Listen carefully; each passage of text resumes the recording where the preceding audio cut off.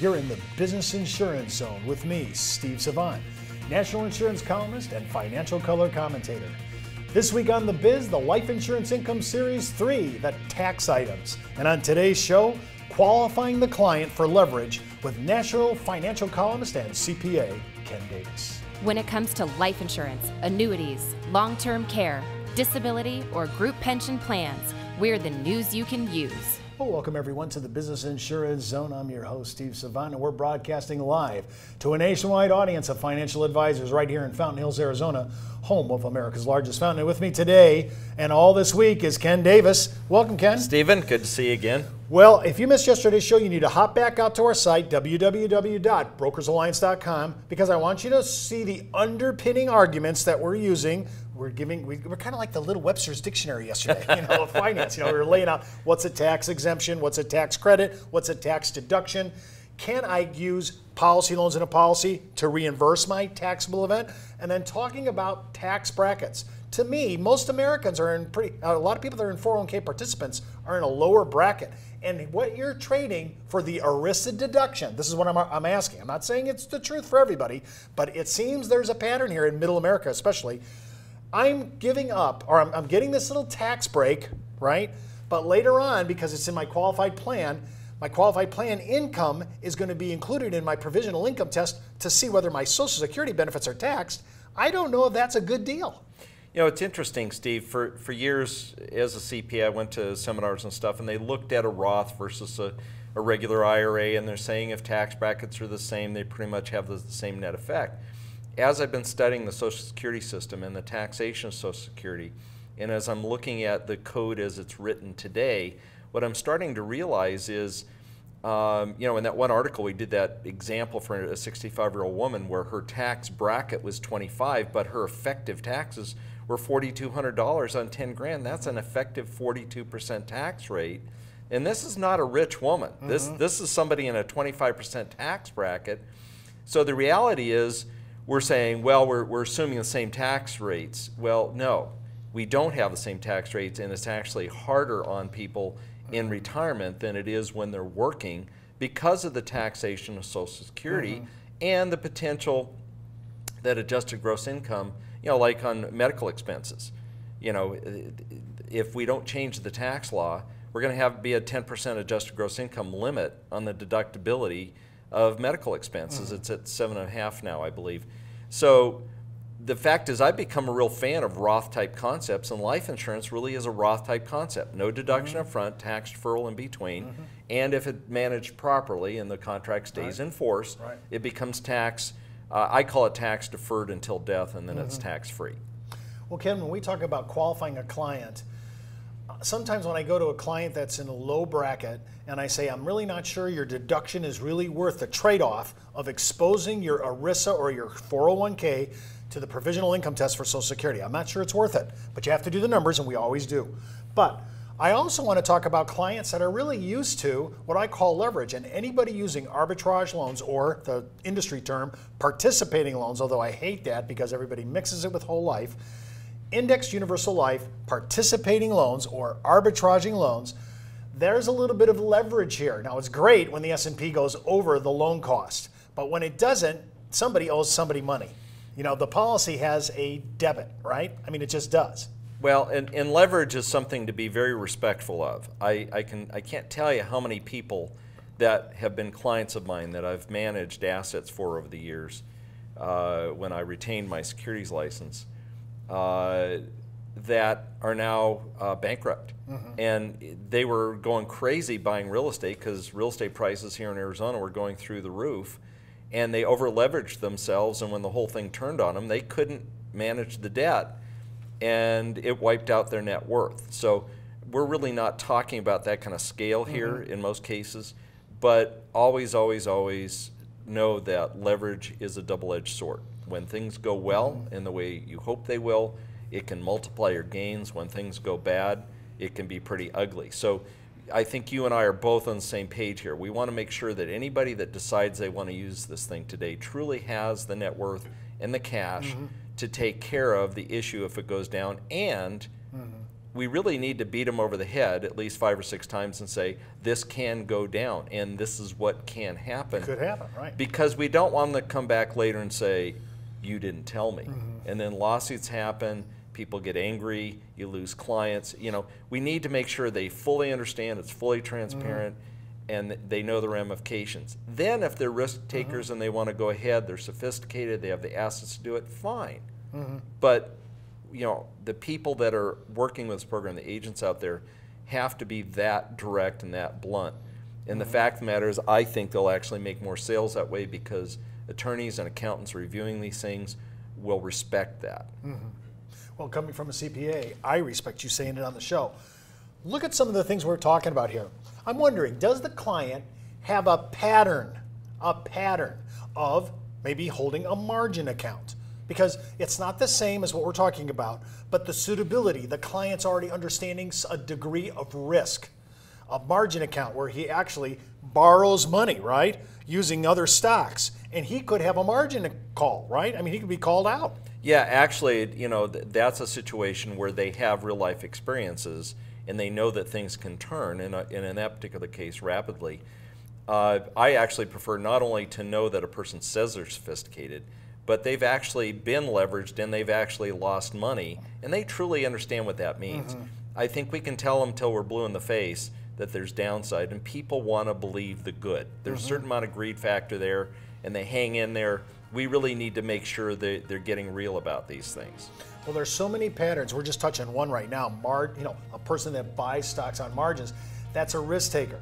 I'm looking for patterns of people that understand leverage. Not only do they look like they can qualify, but they've actually done. They have some kind of history in their investments.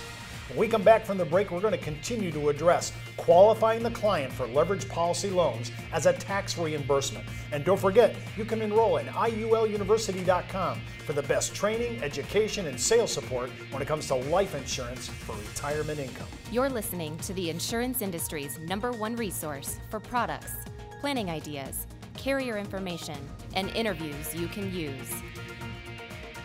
When it comes to life insurance, annuities, long-term care, disability, or group pension plans, we're the news you can use. Have you been holding back on submitting your impaired risk case? Now's the time to dig them out of your files in the commission graveyard. Underwriters can be more like undertakers, asleep at the wheel of their hearse and driving your case into a ditch. But at Brokers Alliance, our triage field underwriting team drives your case to our special ICU unit. And because we're driving your case and not the underwriter, we can steer your impaired risk case to the carrier with the expertise specific to your client's impairment. We've separated the underwriters from the undertakers. We know how to breathe life back into your impaired risk case. Diseases don't have to be deal killers. They can be sales opportunities. And don't forget to download the copy of the Impaired Risk Field Guide, the most comprehensive impaired risk report in the industry. Go to www.impairedriskreport.com. Well, welcome back to the Business Insurance Zone. I'm Steve Savant with Ken Davis. And remember, you can order today's giveaways at thebiz at brokersalliance.com. And of course, we're giving away it again, the 1040 overlay. Excellent tool to show some of the things that we're talking about today. And we're also giving away the marginal tax bracket for 2012 and our solar kit, our self-owner life and retirement plan that one of our carriers put together. We're going to be talking about that in Thursday's show. Excellent tool. You should order it. It'll really help you understand it. Now, we were talking about not only qualifying a client, and we used margin accounts as one example. That's one pattern idea. Sure. And another one is I noticed that some clients, oh, I have a client that does option trading. Okay, now see, I get that. There's risk involved. He has a pattern of margin accounts. He has a pattern of option trading. That shows me he's understanding some of this risk, some of this leverage we're talking about. How about mountain climbing and bungee cord jumping? That is total risk, and I noticed that certain carriers actually ding you for that recreational. Yeah. But they're definitely showing a risk tolerance. Right. And so, yeah, I never thought about adding the guy's actual recreation. Can you imagine going in front of the SEC? Hey, the guy was climbing a mountain, The guy was climbing a mountain. But another thing, too, is I've seen people that use their home equity, not for home repair. They're using it in investments and so forth. I'm looking for a pattern of people who qualify. Now, I don't want to be too extreme here, but I've noticed that I haven't done Reg D clients in a long time, but I noticed right now, we're looking at docs here that, you have to have $1 million, right, of net worth, and if you're single, you have to have $200,000 of income, or married, $300,000. And that's without your house included. That's without your house included. So when you look at, these are some of the qualifying events. I'm looking for people that understand leverage, that have the wherewithal, that might even look like a Reg D profile, right? I'm kind of looking at that because I'm really trying to go out of my way to make sure my client understands the high use of arbitrage loans, number one. But the second part is, hey, I'm using this to reimburse myself because I couldn't get the tax deduction. So I'm reimbursing myself whatever it costs. The higher the bracket, the better deal this may be, but it's all proviso on the performance of the S&P or whatever indice you're in. Well, and the only reason this thing really works is because of the potential arbitrage that we could make a potentially higher return in the indexed account and have a lower potential cost of borrowing money. And really, some of these contracts, you have to be very careful because, as we've talked on this show so many times, policy loans, is it current company practice or is it contractually guaranteed? Is it a fixed rate or is it a variable rate? And if it's a variable rate, what's it tied to? All these things have to come into the equation, and we know how to talk about that, and that's why I like to fully inform my client so they can see. I like to say, here could be the worst scenario. I mean, this is bad. And remember, in most of these contracts, we can move from an arbitrage loan to a traditional fixed interest loan. So, we do have some maneuverability to cut losses and to keep it from getting totally out of hand, but that requires the agent to be close to the client and to continue to manage the contract, which, let's face it, our industry is not real good at. We have a whole lot of orphan accounts. The sales made, the agent moves on. It's important as we get into these sophisticated types of situations that there really is a commitment by the professional to the client to stay with them and hold their hand through the stuff. And the client has to fully understand that they need to request that or demand that of the agent. There's a responsibility there as well. It's really a team. We're also looking at people that own businesses. I don't know how many times I've been asked in my 30-year career, Steve, I love your life insurance idea. Is it deductible? Yeah. And I have to say, not really. And it isn't. And when we get to Thursday's show, we're going to talk about all kinds of ideas for business, but exclusively in the solar program that we're talking about using Section 162. But that'll be Thursday. I want to talk a little bit about what you talk about, Ken. And we've talked about brackets. And there are some high brackets, and we could be paying more. I think we're going to pay more than less with $16 trillion and counting in our U.S. debt, and half the country almost not paying federal taxes. I think you're just going to see brackets go up. By the way, a little side note, I just saw in the paper today that one of France's #1 huge companies is moving to Belgium because of the 75% tax hike. I think you're going to see a flight, and I've already seen some companies going to Ireland. Think about that. I mean, people are choosing countries that are going to be more benevolent, and we're going to see a lot of this. But I remember back working as a CPA in a large firm where the clients in South America and other parts of the world were taking money out of their countries and putting it in foreign bank accounts.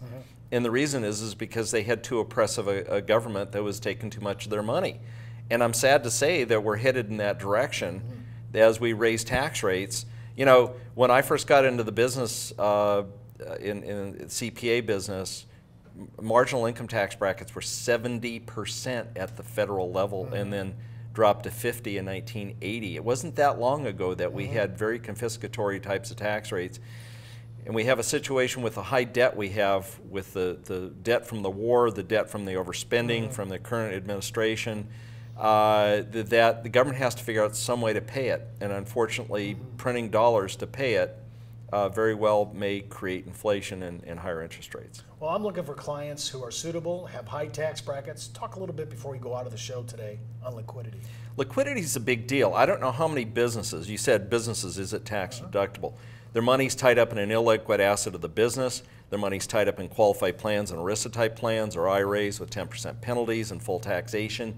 Life insurance is one of those assets that allows access in emergency to cash out of the policy through loans or even withdrawals at certain points down the line.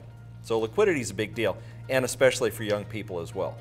So access, liquidity, having a pattern of suitability to do this kind of idea called arbitrage. Remember, you can watch our show and all our shows by clicking on the red on-demand video button right on our homepage at brokersalliance.com.